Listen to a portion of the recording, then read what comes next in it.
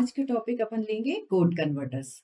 आपने देखा होगा कि हमने कई सारे कोड्स पढ़े हैं, जैसे आपने बाइनरी कोड्स पढ़े हैं, बीसीटी कोड पढ़े हैं, कुछ वेटेड नंबरिंग कोड्स हैं, कुछ अनवेटेड नंबरिंग कोड्स हैं। अब आपको क्या करना है, फॉर किसी भी डिजिटल इंफॉर्मेशन को रिप्रेजेंट करने के लिए we can use any code. Suppose आप एक सिस्टम में यूज कर रहे हैं बीसीटी कोड और एक सिस्टम में यूज कर रहे हैं बाइनरी कोड। कई बार ऐसा होगा कि बाइनरी कोड का आउटपुट आपको बीसीटी को देना है। ऐसे सब केसेस में हमारे को सर्किट की जरूरत होगी और वो सर्किट उन दोनों सर्किट के बीच में माउंट होगा, जो बाइनरी को पीसीटी में चेंज कर देगा या फिर एक कोड को दूसरे कोड में कन्वर्ट कर देगा। इसके लिए आपको डिजाइन करना पड़ेगा वो सर्किट जो कोड कन्वर्टर का काम करेगा। इसको समझने के लिए हमने सबसे पहले एक एग्जाम्पल लिया है। वो एग्जाम्पल है बाइनरी को ग्रे कोड में कैसे बदलते हैं।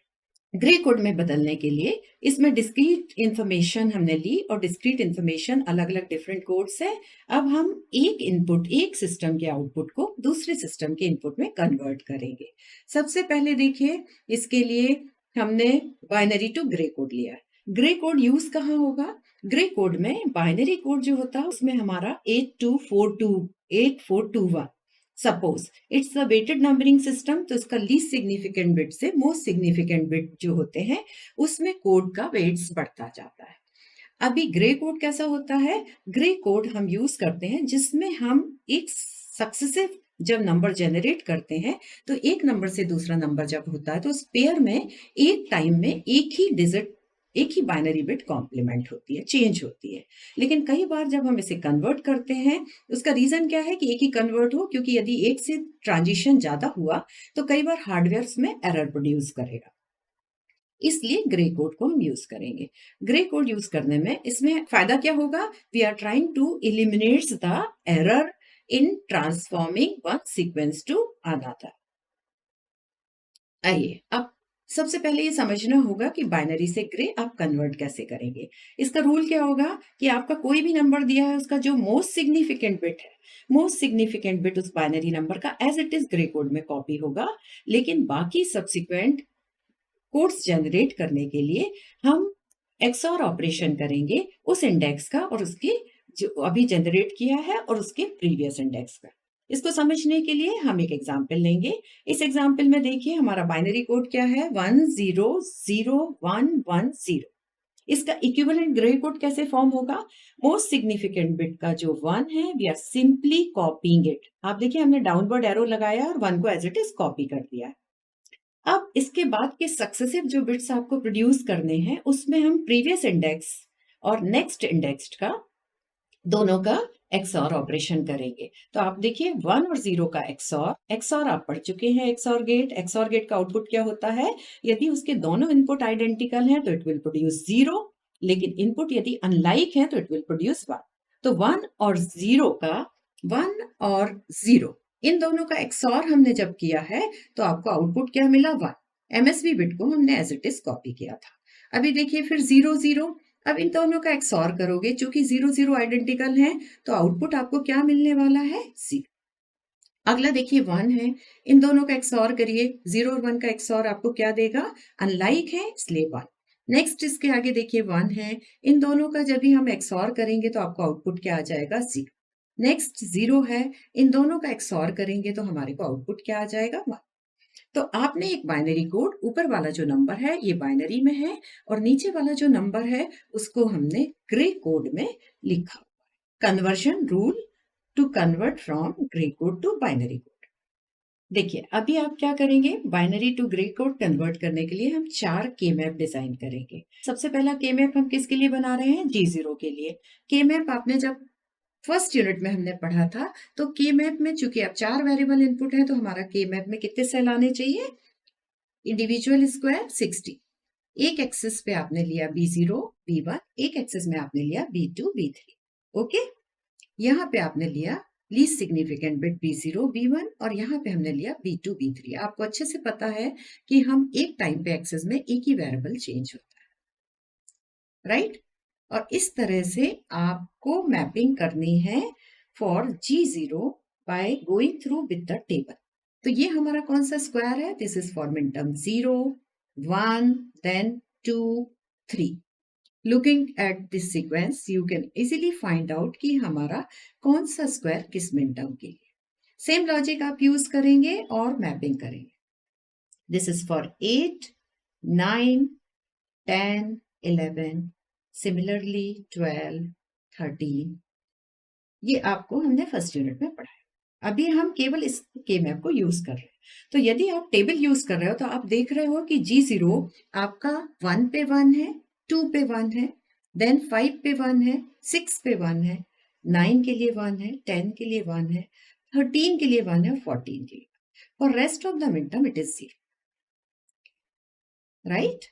अब आप क्या करोगे, आप इसका बिगर स्क्वायर बनाओगे। तो एक स्क्वायर आपको दिख रहा है कि इस पूरे कॉलम में चारों ही मिनटर्म 1 है, एक स्क्वायर ये बन गया। यहाँ भी आप चेक करिए, यहाँ पे चारों 1 है। Simply by forming this 2 square covering this 4 minterms will complete your squares. अब नेक्स्ट हम क्या करते हैं के मैप में, आप हर एक मिनटर्म के लिए, हर एक स्क्वायर के लिए टर्म लिखते हैं। आप ऑब्जर्व करते हैं कि इस मिनटर्म कैसे फॉर्म बनी, किन रो और किन कॉलम से बनी है। यहाँ पे देखिए आपकी ये वाला जो स्क्वायर है इसमें मिनटर्म क्या है, B0 क्या है 1, तो आप लिखोगे B0, और B1 क्या है 0, तो आप लिखोगे B1 बार। दूसरा स्क्वायर देखिए किस केवल इस कॉलम से बन रहा है, रो में सारे वेरिएबल कंटिन्यूसली चेंज हो रहे हैं, जो वेरिएबल चेंज नहीं हो रहे हैं वो क्या है 1, 0। तो B0 आपका क्या है 0, इसलिए इसको बार लिखोगे, और B1 इज 1, तो आप ऐसे लिखोगे। तो this is the expression, reduced expression which we are getting through the K-map। और ये भी आपको पता है this is nothing but B0 exclusive और B1। तो G0 का आपको एक्सप्रेशन मिल गया। सेम वे हम ऐसे चारों एक्सप्रेशन निकालेंगे के मैप से।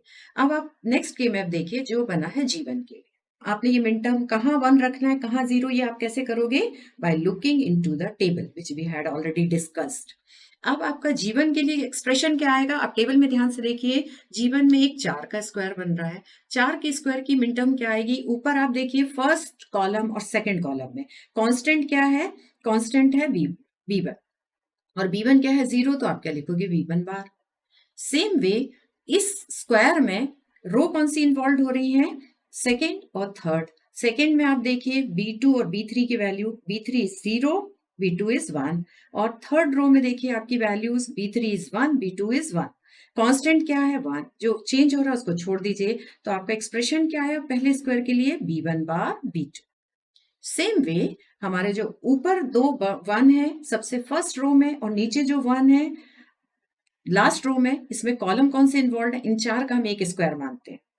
इसमें देखिए आपके कौन से 2 कॉलम इन्वॉल्व है और कौन से 2 रो इन्वॉल्व है। तो आपके कॉलम इन्वॉल्व है थर्ड और फोर्थ, और रो इन्वॉल्व है फर्स्ट और फोर्थ। इसके लिए रिड्यूस्ड एक्सप्रेशन कांस्टेंट देखिए आप, तो आपका ऊपर है कॉलम में देखिए 1 1 1 0, 1 1 0 में कांस्टेंट क्या है, B1 is constant that is 1, तो यू विल राइट B1। अब आप देखिए फर्स्ट और फोर्थ रो में B3 B2 की वैल्यूज हैं, B3 है 0, B2 है 0, और फोर्थ में आप देखिए B3 है 1 और B2 है 0। क्या कांस्टेंट है B2, और B2 की वैल्यू क्या है 0, तो आप क्या लिखोगे B2 bar. This is how will get the expression. और फिर अगेन देखिए दिस इज नथिंग बट एक कॉम्बिनेशन है जो XOR गेट का है, तो आप इसे लिख सकते हैं कि G1 is equal to XOR B1 and B2। Same way हम नेक्स्ट उस पे चलें। G2 के लिए देखिए आपने ये मैपिंग फिर उसी टेबल से की हुई है, और आपने जब पूरा मैप कर दिया है तो 1 के स्क्वायर बनाने हैं।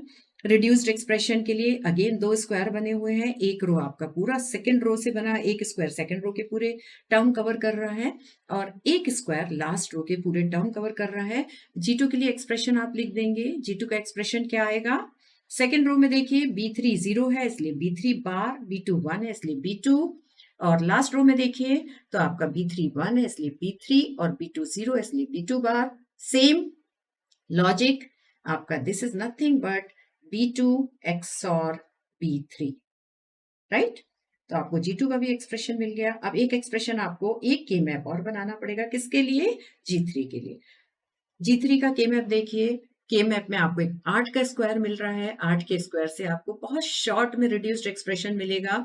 आप देखिए इसमें 2 रो इन्वॉल्व हैं, लास्ट थर्ड रो और फोर्थ रो, तो आपका G3 का एक्सप्रेशन क्या आ जाएगा, B3 is 1 in both the rows, B2 is changing from 1 to 0 जिसको हम ड्रॉप कर देंगे, और B3 चूंकि 1 है तो ये आपका क्या 1। This is how we will get the reduced expression. Last step क्या होता है? सर्किट बनाना। तो इसका सर्किट देखिए कैसे बनेगा। सबसे पहले हमने एक सारे एक्सप्रेशन निकाल लिए हैं। आपका G0 का एक्सप्रेशन आया था B0 XOR B1, G1 का एक्सप्रेशन आया B1 XOR B2, G2 का एक्सप्रेशन आया B2 एक्सक्लूसिव और B3, और G3 का एक्सप्रेशन आया B3। तो आपके input B1 B2 B3, B0 B1 B2 B3 से हम फॉर्म कर रहे हैं G0 G1 G2 G3। और लॉजिक सर्किट क्या यूज होगा? Let's check. B3 आपको डायरेक्टली G3 दे रही है, और B3 और B2 को एक्सक्लूसिव और गेट से आपने दिया तो G2 मिल गया। B1 और B2 को XOR गेट से किया तो G1 मिल गया, और B0 B1 को XOR गेट से किया तो G0 मिल गया। So this is the logic circuit, और we can say code converter circuit है। किस कोड को किस में कन्वर्ट कर रहा है? Binary to grey.